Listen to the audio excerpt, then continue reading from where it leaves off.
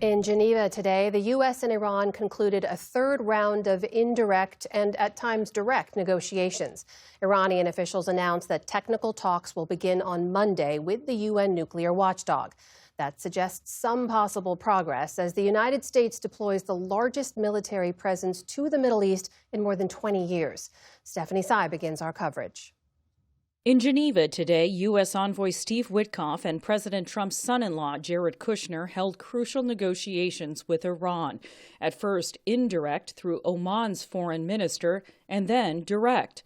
Iran's foreign minister, Abbas Araghchi, signaled positive momentum. We made a very good progress. We were able to define the main elements of a possible deal, and we discussed about those elements. Of course, there are still differences, but in most of the cases, we have at least a general understanding how to resolve those questions.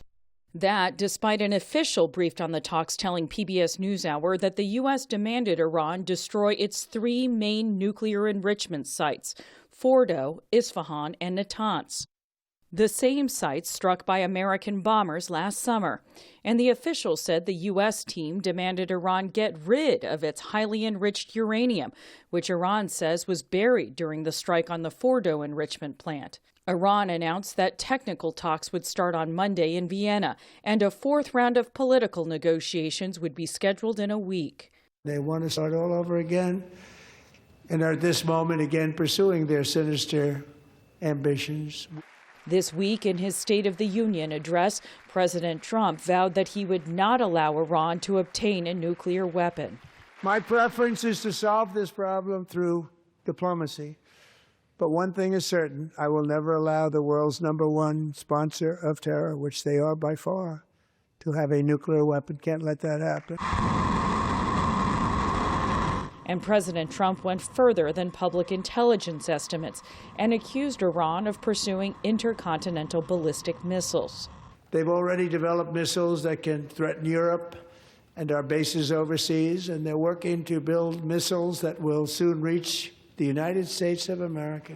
Tehran has repeatedly denied ever seeking nuclear weapons and has long claimed its uranium enrichment activities are for civilian purposes. Just before the talks, Araghchi reiterated that Iran's right to nuclear enrichment is non-negotiable and vowed retaliation if the U.S. attacks. We are ready to remove concerns, but we are not ready to give up our right for peaceful use of nuclear technology. If, God forbid, the U.S. decides to attack us, then their bases in the region would be a legitimate target. Wartime preparations are ramping up. Today, the largest U.S. aircraft carrier, the Gerald Ford, left the Greek island of Crete in the eastern Mediterranean, adding to the Abraham Lincoln and its accompanying ships already in the Arabian Sea. Fighter jets and support aircraft, as well as air defense, are deployed across the region. And for the first time, outside of a training mission, the U.S. has deployed F-22 fighter jets to Israel.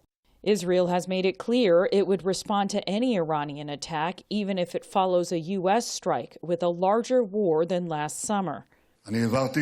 I passed on and clarified to the regime of the Ayatollahs that if they make perhaps the gravest mistake in their history and attack the state of Israel, we will respond with a force they cannot even imagine. The ongoing talks could be a last chance for diplomacy before a potential war, a moment that could define the future of peace in the Middle East. For the PBS NewsHour, I'm Stephanie Tsai. Support journalism you trust. Support PBS News. Donate now, or even better, start a monthly contribution today.